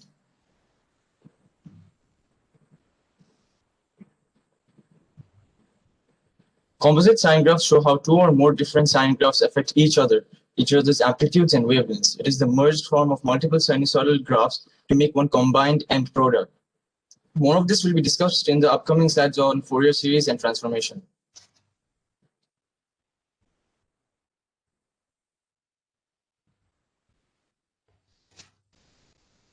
So I'll be talking to you about the sound spectrum, the fundamental frequency, and harmonics. What is the sound spectrum? Well, have you seen those bars or flashing colors rise up and down in correlation with a beat? That can be used as a basic idea of what sound spectrum is. It is a representation of sound that displays the different frequencies present in a wave. So, do you see those thought spikes on the left of the graph? Those are the most audible as the amplitude is the largest. It is also the fundamental frequency. The second set of thought spikes are the second harmonics. As you continue down the series, the third, fourth, fifth, and so on, you will notice the spikes getting smaller. So you must be asking, what is the fundamental frequency? What are these harmonics? Well, the fundamental frequency is the wave which has the lowest frequency and the lowest, and therefore the highest wavelength. Harmonics are basically the waves that follow after the fundamental frequency and are multiples of it. For example, as you see in the graph, 50 Hertz is the fundamental frequency, 100 being the second harmonic, 150 is the third, and 200 is the fourth. Harmonics are responsible for giving a note of music its liveliness. Otherwise, it would be sounding bland or even irritating, like the buzz of a fly. A visual introduction of Fourier series is the most efficient, effortless, and straightforward way to easily understand such a topic of extreme complexity. A visual representation of is what anyone can relate to. When we use graphs to represent Fourier series and transforms, we can easily demystify this relatively new concept. The Fourier series is the main ingredient to decomposing of a signal into sinusoidal components, the general formula being the one displayed in the slide. Although this looks really complex, we can use tools such as audio spectruming to envisage what we hear and love, like our everyday Spotify music playlists. Hannah will carry on by explaining the formula. Baron Jean-Baptiste Joseph Fourier introduced the idea that any periodic function can be represented by a series of sines and cosines which are harmonically related. A Fourier series is a way of representing a periodic function as a sum of sine and cosine functions. Here, two sine waves of harmonic frequencies are played together, and this produces a composite periodic signal. And to do so, we need to sum up corresponding values on each wave, and there can be an infinite number of these. So it is not practically possible to identify all these points, and therefore we have the Fourier series. Fourier series shows the signals as functions of time. But we need a frequency domain to understand what the frequencies used to compose the composite signal are. Fourier series gives time domain signal as an input, and Fourier transform is what is used to transform these values into corresponding frequencies. This is the Fourier transform equation. The F represents the frequency domain output. The line is an integral sign from positive infinity to negative infinity. So it's like taking a range. T is the time domain input, and that we are given, and the next part is an exponential. Fourier transform is just a simple remapping of the original sine or cosine graphs. It has intricate formula that simply pieces together and creates this remap of the frequency against time graph. In visualizable terms, the Fourier transform basically gives the same outcome of the sine or cosine graph, but in a different ocular aspect. An easy way to fathom this is to think of a particular location, a relatable example being Burj Khalifa, which is the main name, but also has an address which is 1 Sheikh Mohammed bin Rashid Boulevard, and coordinates as well. All of these describe the same location of Burj Khalifa, but just in different perceptible ways. In the same manner, the Fourier transform converts values between the time domain and the frequency domain.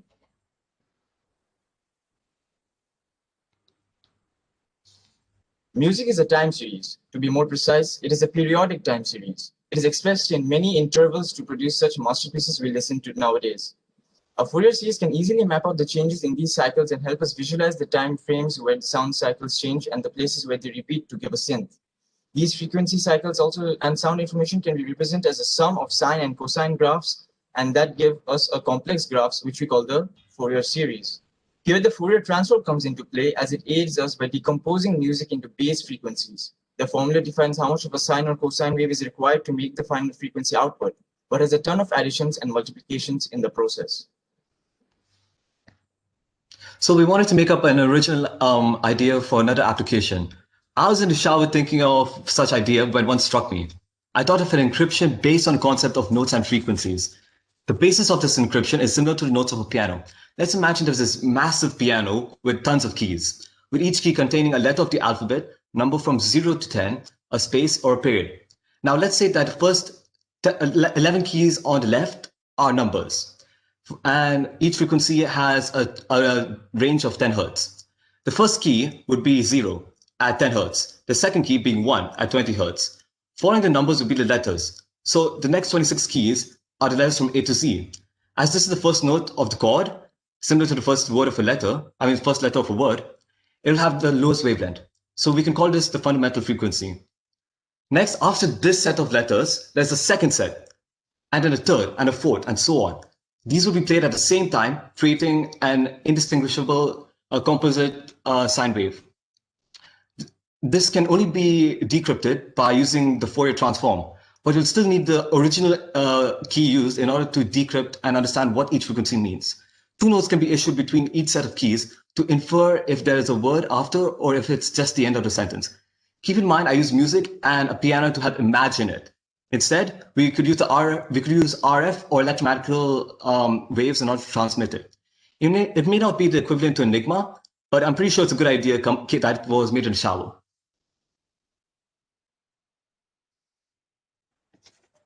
Well, math and music are both very essential parts of our life, and Fourier definitely has made life more enjoyable. This was our presentation of the Fourier series and Fourier transform, and we hope you had fun.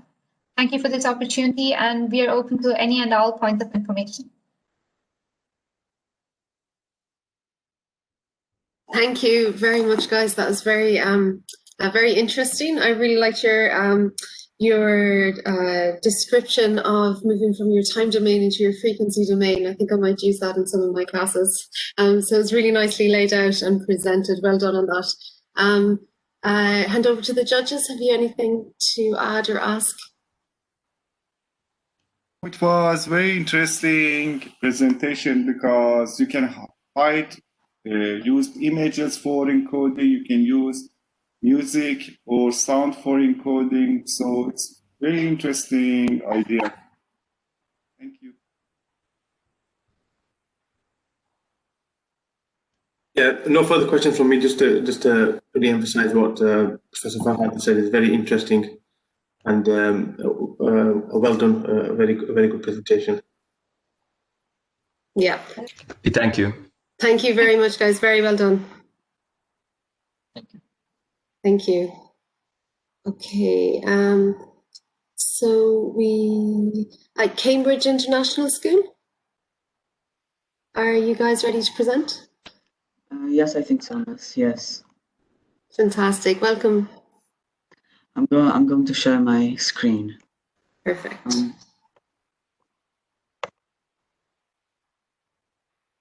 Are you able to see? Yes, we are now. Yes. So please start when you're ready. Good afternoon, everyone. My name is Mario, and with me are Samar and Nisal, and we are from Cambridge International School. Today, we will be talking about a very interesting topic, which is life and math patterns. Did you ever hear the phrase, maths is everywhere?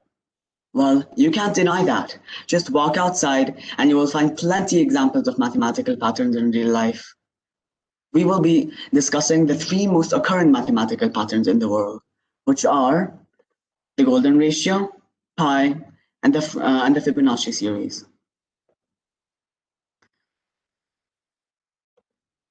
We're going to start with the golden ratio.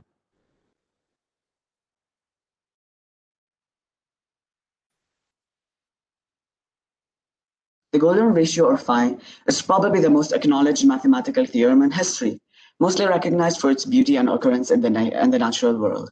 It is irrational, meaning that it is never ending, and its number is roughly 1.618. The geometrical representation of this wondrous ratio creates the golden spiral, and it is called by that name due to its utter natural meticulousness. It is perfect in the sense of mathematical proportion. Some interesting facts about the golden ratio. Did you know that Leonardo da Vinci has based countless of his artworks, such as the Mona Lisa, on the golden ratio? This shows how far the roots of this number have gone down in history. If we take a closer look at the painting, we can see that the Mona Lisa's head and the crook of her elbow align perfectly with the golden ratio spiral. Another interesting fact is that we can create rectangles using the golden ratio, and they are often called golden rectangles, since they have a side-to-side ratio of 1:1.618, and mainly because they look much more aesthetically pleasing than other rectangles. How does the golden ratio correlate to other mathematical patterns? The ratio of the numbers in the Fibonacci sequence, meaning 2/1, 3/2, 5/3, etc., approaches the golden ratio the higher the sequence continues, which shows some form of relation between the golden ratio and the Fibonacci sequence. The dots on a peacock's feather can constitute as an example for this. If we take a closer look, we can see that the dots on a peacock's feathers are perfectly aligned in a spiraling manner, and if we take the time to count them, on one row we can see that there are 8 dots, and on the next there are 13 dots, and so on. Believe it or not, the golden ratio phi is also linked to pi. The 2 numbers are related by the fact that they are irrational and that they are both ratios of line segments that result when a line is divided in one very special and unique way. Moreover, if pi, phi, and e, which is Euler's number, are applied to the Pythagoras theorem, a squared plus b squared equals c squared, the square of pi would equal the sum of the square of phi and the square of e. The picture over here clarifies.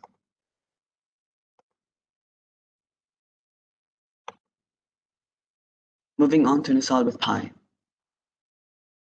What is pi? Pi is an irrational mathematical constant that can be defined as the ratio of a circle's circumference to its diameter.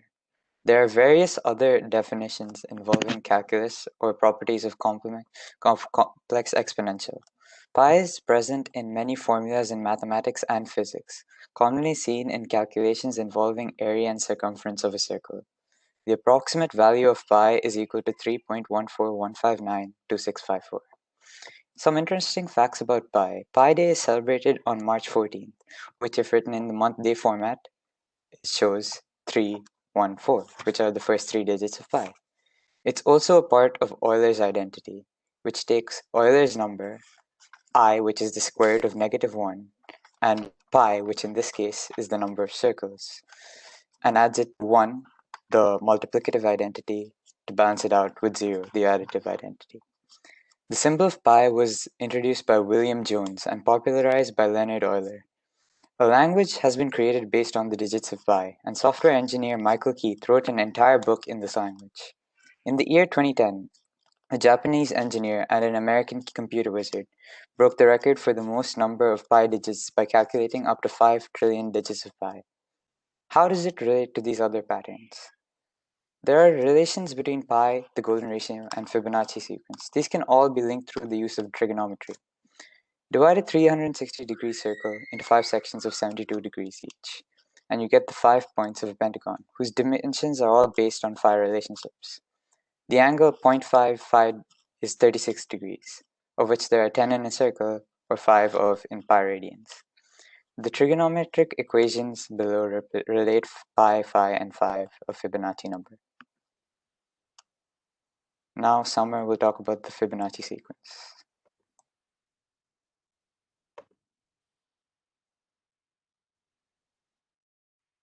So what is the Fibonacci sequence? It's the series.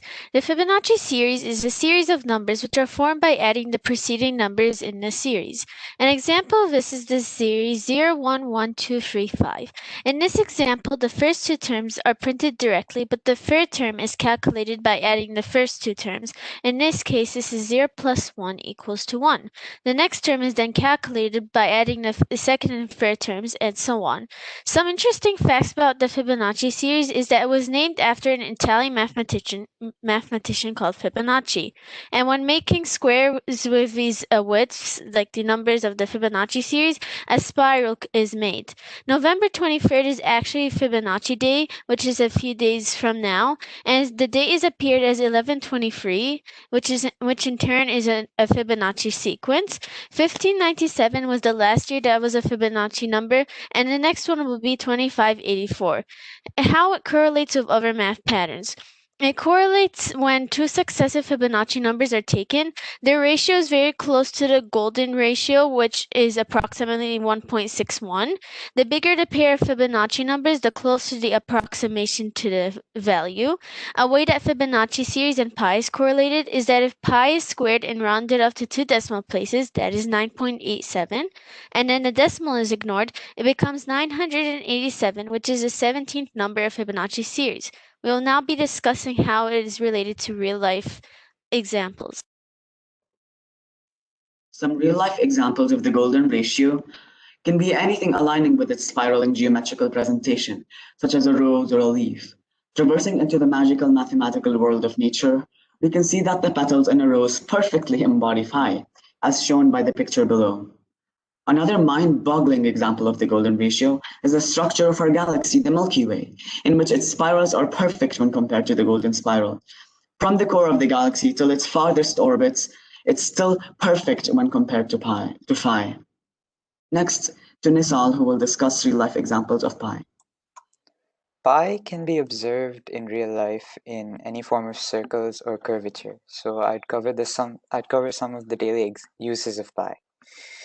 Electrical engineers use pi to solve problems for electrical applications. Statisticians use pi to track population dynamics. Aircraft designers use it to calculate areas of the skin of the aircraft. Physicists looking into the behavior of fluid ripples see pi and use it in their calculations. Clock designers use pi when designing pendulums for clocks.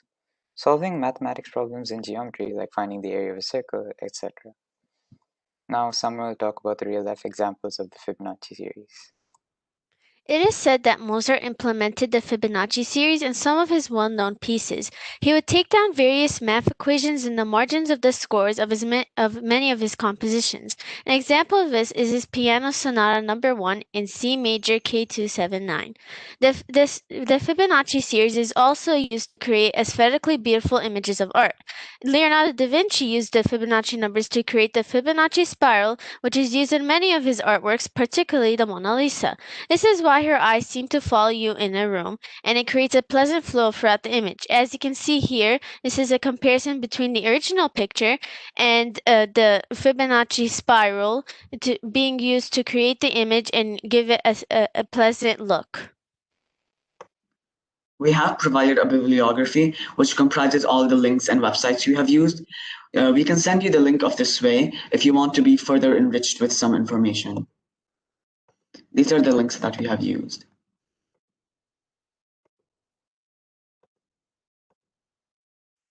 We hope that you liked our presentation and feel more enriched about maths in real life. And we would like to thank you and our amazing teachers, Ms. Angelica and Mr. Janish. Thank you. So this is our presentation. Thank you guys very much. I was so engrossed in the presentation, I even forgot to give you a 2-minute remaining reminder. So you did excellently, just came in on 10 minutes. I really enjoyed that. Very interesting to listen to. Hand over to the judges. Have you anything to ask or add? No, very interesting and informative presentation. Very nice flow. Thank you. Yeah, I agree. Yeah, I'd just like to concur with both of you there. Very nice presentation, very informative, and thank you very much. Well done. Thank you so much. Well done, guys. Thank you very much for that. And I think we're on our final. Yeah, we're on our final school, Ajman Academy. Are you guys ready to present? Yep, we're right here. Fantastic. Hi. Can you see me? Okay. Good afternoon. Hi guys, welcome. Okay, whenever you are ready. Okay. Yes. When we first came upon the concept of 4D whilst researching for a topic to conduct for this competition, we felt surprised. How come such an interesting topic isn't spoken about much in the recent times? The latest sources we could find went back to 2013, which means that the newer generations, including us, had no clue to what it really is. And we felt like we needed to change that. So, please turn off your mics, fasten your seatbelts, and put up your volume to get an immersive experience. If you cannot hear the following experience, please let the nearest flight attendant know and we will assist you. Thank you for flying with us today and enjoy your flight. So if you can't hear the video, please let us know. Yeah, let me know, yeah? I'm the flight attendant, by the way.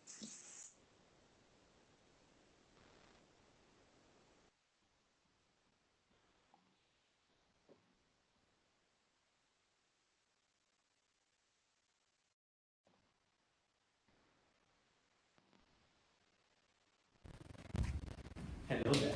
My name is Anas. My name is Anas Salam.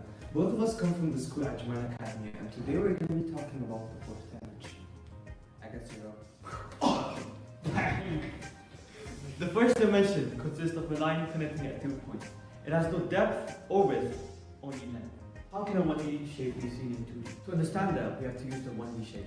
Unlike the first dimension, where movement is limited to linear basis, the second dimension allows us to move forward, backward, left, and right. Unlike the first dimension, the second dimension has length and width. I forgot the second. Second dimension consists of infinitely stacked first dimension. This represents the square. I'm not dead. Let me just shrink this down. Okay, so the third dimension consists of 3 dimensions: length, width, and depth.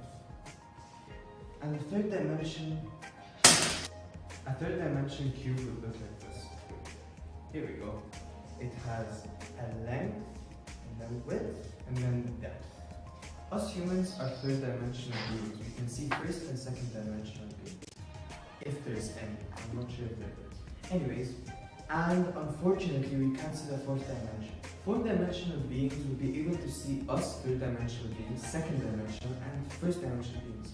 And including the other fourth dimensional beings. For example, their mother and father and friends at school.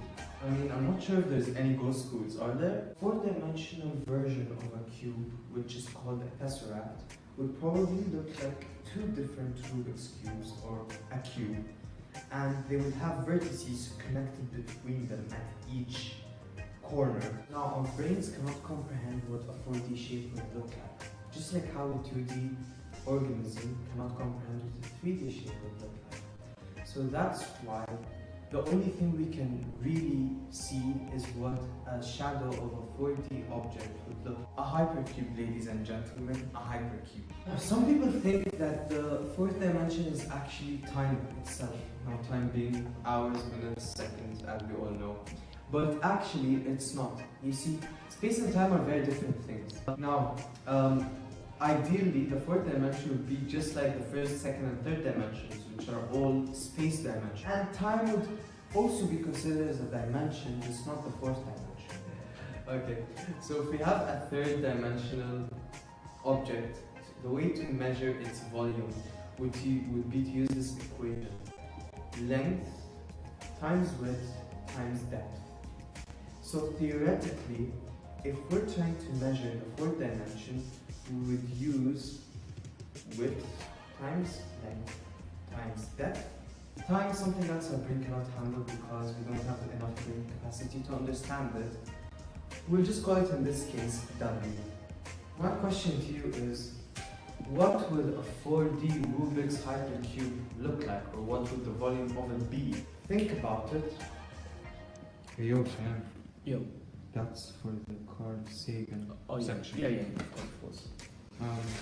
So, let's talk about flat.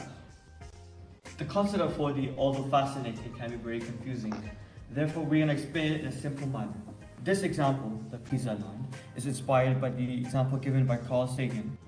So, the Pisa line, this is Mr. Pisa and his two wives.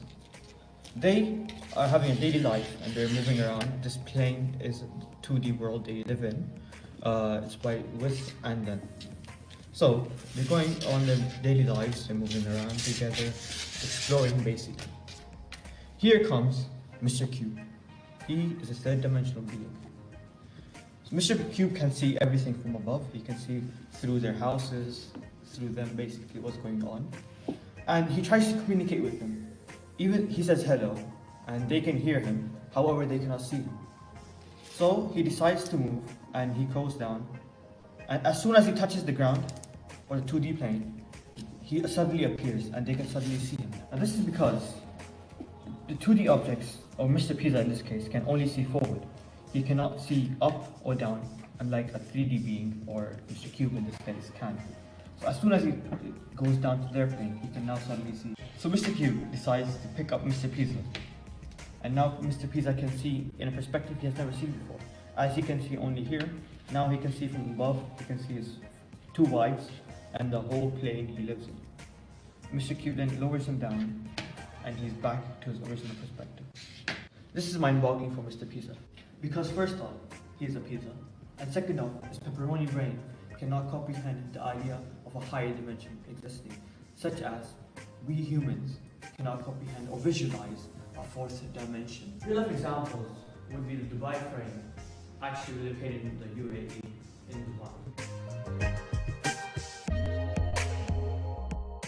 And then the Grand Arch, which is in France, Paris.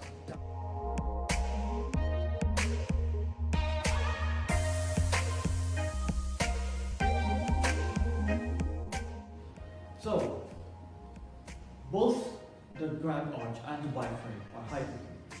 There are two cubes. The first one is the inner cube and the outer cube, both of them connected with vertices. A hypercube is a shadow of a 4D cube called a tesseract. The concept of 4D is very fascinating indeed. It makes people intrigued and can inspire a new generation of mathematicians. If it can pull people into the field of mathematics, as the theory of 4D has yet to be solved. Oh man, that was exhausting. Now we can talk. No, now that 4D is finished, we can talk about 5D. Yo, stop! What are you doing, man? Yo, this might be. What are you doing? Show 5D. Yo, what 5D? What 5D?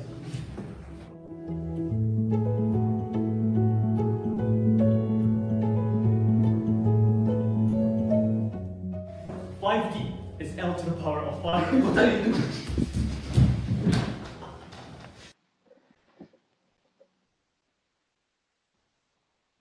And we put all our links down here for the video.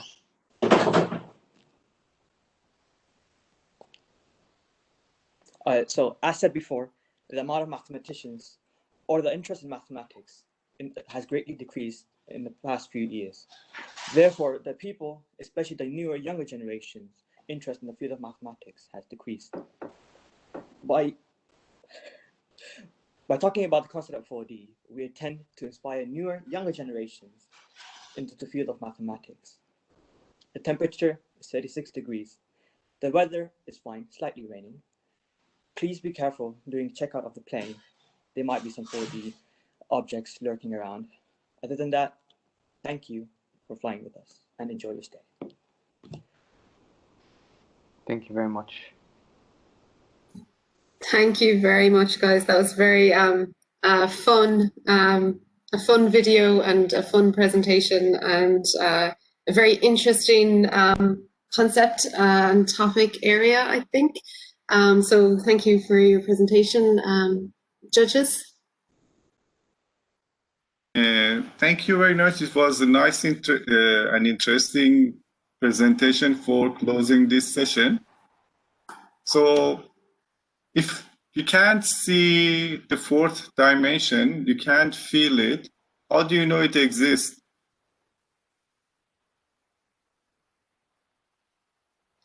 Oh, you're muted.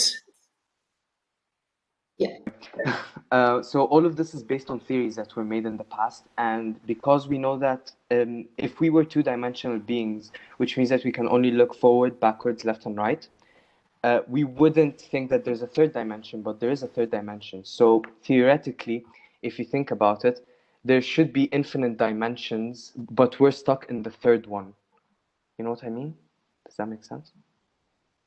There is a lot of this discussion in physics that says because physics is based on experimentation. If you can't experiment it, you can't actually say it exists or not. If there is a third dimension, it has an effect on the first and second dimension. If there is a fourth dimension, it would have an effect in first, second, and third dimension. So if you can't see the effect, then you can't really say that if it exists or not. For example, third dimension, you can see the shadow of it in the first and second dimensions. So if you can't find the shadow of the fourth dimension, then it doesn't exist. Well, we also had an idea about, I don't know if anyone here is like sort of like religious in a way, but like in the Holy Quran, it says that there is jinn that exist around us and live with us.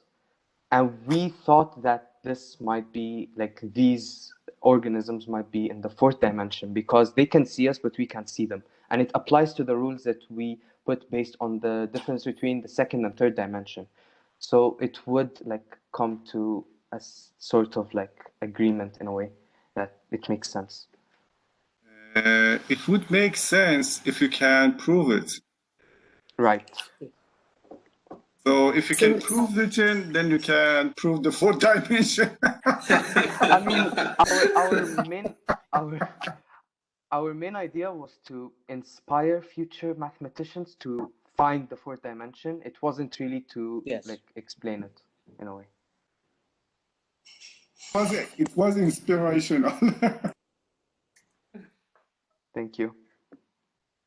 Thank you, Professor Farad. Dr. Omar? Yeah, my question was similar to Fahad's about how do we know a fourth dimension exists? And I think we've had the discussion, so I wouldn't like to add anything further at this point.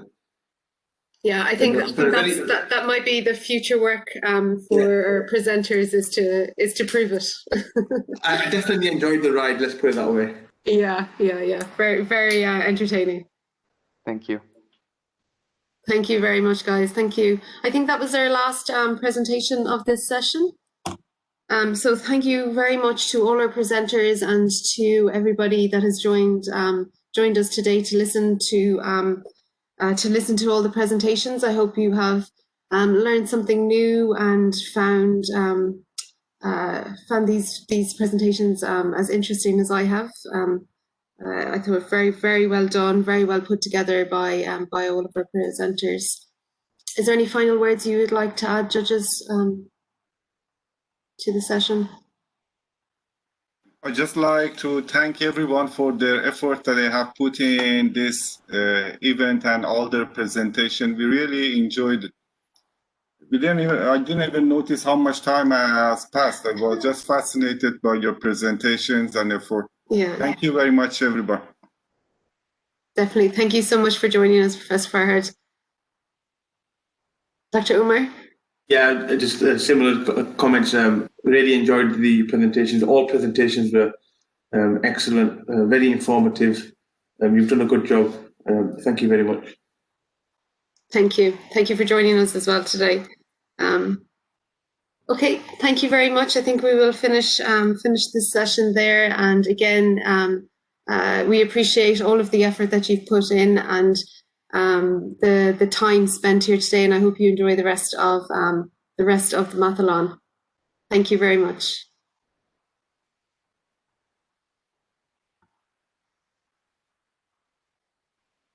Thank you.